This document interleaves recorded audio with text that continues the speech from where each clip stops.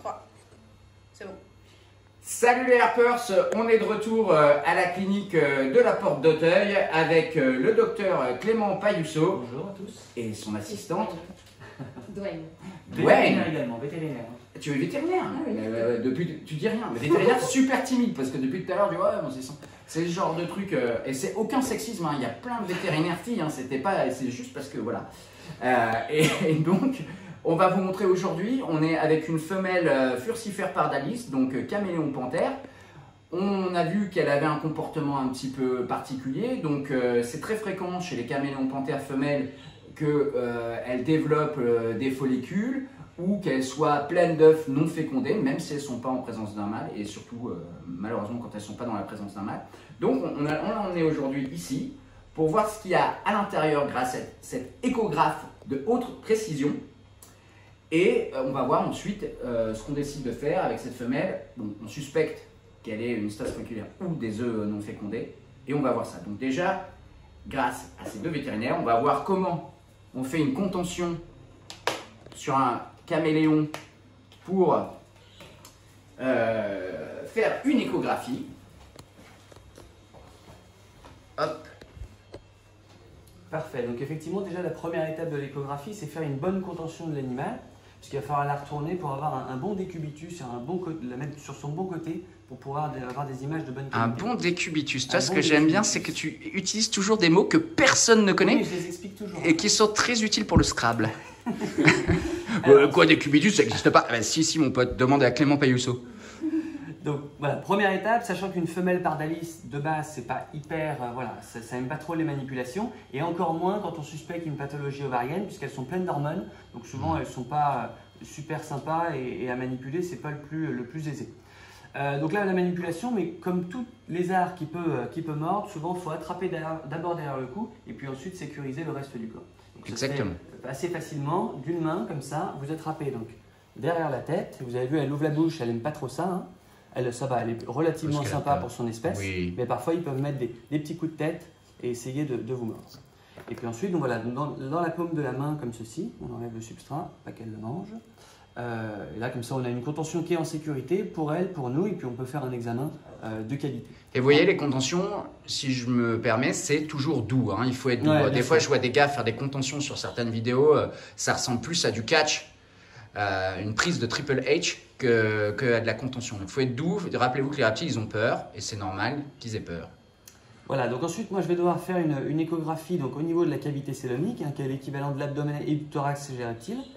Et donc il va falloir que Dwayne, puisque aujourd'hui tu vas m'assister, que tu tiennes évidemment en réclinant les membres pour me laisser le plus de visibilité possible. Donc en avançant. Voilà, exactement. Donc je te la confie les membres avant. derrière la tête. Parfait. Voilà, nickel. Donc ensuite on prend notre sonde linéaire. C'est un appel de match. Je sais pas si c'est. Et même principe.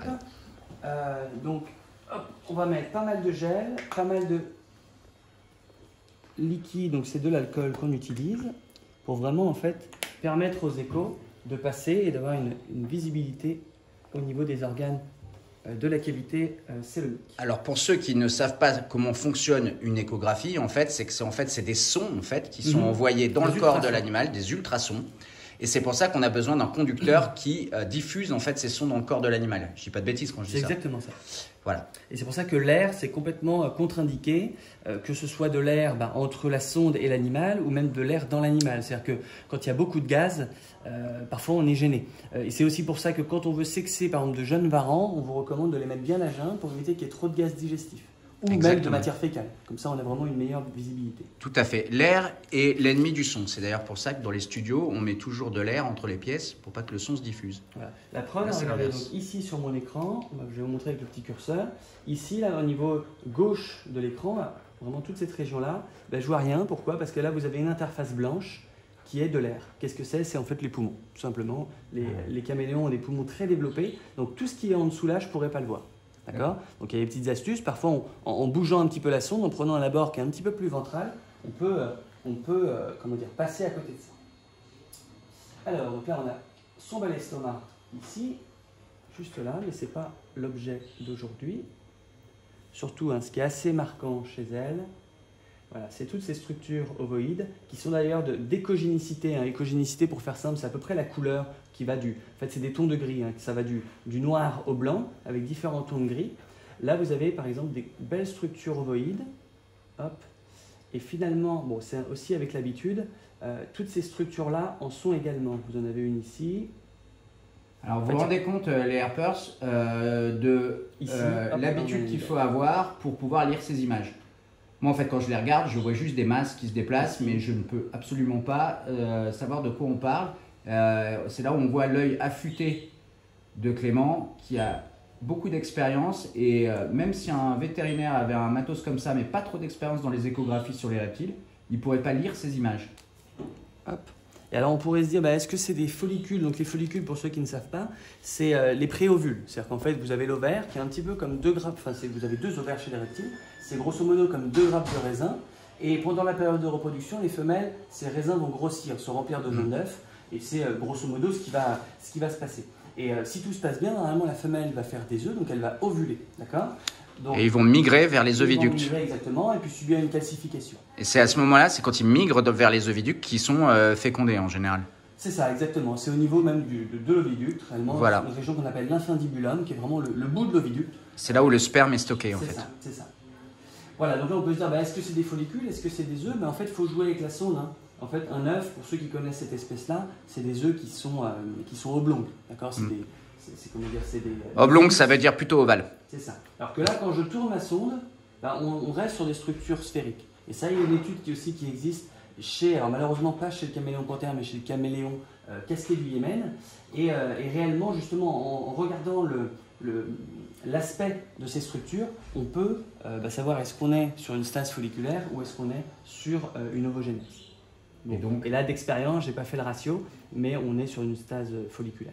Donc stase folliculaire, c'est une incapacité à ovuler. C'est-à-dire que les ovaires restent énormes, remplis de jaunes d'œufs, de manière prolongée, donc ça provoque une anorexie par surpression dans le célone, oui. Mais surtout, c'est des structures qui sont très fragiles, très nutritives aussi, des structures ovariennes qui peuvent se surinfecter sur le plan bactérien et puis aussi éclater et répandre du jaune d'œuf dans la cavité cœlomique, ce qui est extrêmement inflammatoire et mortel à court terme. Donc on a bien fait à chaque fois de venir chez notre vétérinaire préféré pour examiner cette femelle. Ça, on a bien l'expérience chez Reptiline de ce genre de choses sur les caméléons, malheureusement. Enfin, c'est comme tout le monde.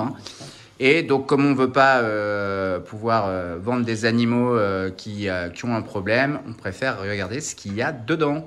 Et là, donc, quelle va être la solution, docteur? Alors, autre chose d'abord, c'est que quand on a une stase folliculaire, donc qu'on suspecte ça, il y a toujours un organe à regarder, c'est le foie. Donc le foie, vous l'avez ici, d'accord? Pourquoi il est important? C'est que pendant une stase folliculaire, vous avez très souvent une lipidose hépatique qui va s'installer. C'est en fait du gras qui va venir se stocker dans le foie et du coup provoquer une insuffisance de cet organe. C'est-à-dire qu'il va être vraiment dédié au stockage des graisses et il va délaisser un petit peu ses autres fonctions qui sont évidemment indispensables pour l'organisme. Nous, un foie, on ne peut pas vivre sans, mais c'est pareil pour les reptiles. Donc comment est-ce qu'on voit ça? Vous avez le foie qui est ici, et ici vous avez une structure, je pense que les propriétaires de reptiles connaissent, c'est ce qu'on appelle le corps gras. D'ailleurs ils en ont 2. C'est vraiment l'organe de stockage du gras dans les stades précoces de stockage du gras. C'est des organes qui sont dédiés. Et on regarde l'écogénicité, on compare l'écogénicité, donc rappelez-vous c'est grosso modo la couleur. Donc là vous avez un corps gras qui est un petit peu plus blanc que le foie, donc ça c'est bon signe. C'est-à-dire qu'en fait le foie contient moins de gras que le corps gras, ce qui est plutôt une bonne chose. Donc là cette femelle ne souffre pas ou peu de lipidose hépatique. Très bien, donc ça veut dire qu'on va pouvoir la sauver avec plus de chance. Avec plus de chance. En fait, le pronostic vital est meilleur. Et donc le traitement de cette affection, alors malheureusement, heureusement, il est assez facile, c'est la chirurgie. C'est-à-dire que le pronostic par contre reproducteur de cette femelle, il est catastrophique puisqu'elle ne pourra plus reproduire. Oui, mais bon, elle pourra vivre peut-être en bonne santé. L'animal, lui, avec une chirurgie qui dure à peu près une vingtaine de minutes, ira très très bien. Parfait. Eh bien écoutez, je pense que c'était très intéressant et on vous dit à bientôt sur la chaîne Reptiline. À très bientôt. Au revoir, docteur. Au revoir. Au revoir, docteur. Au revoir.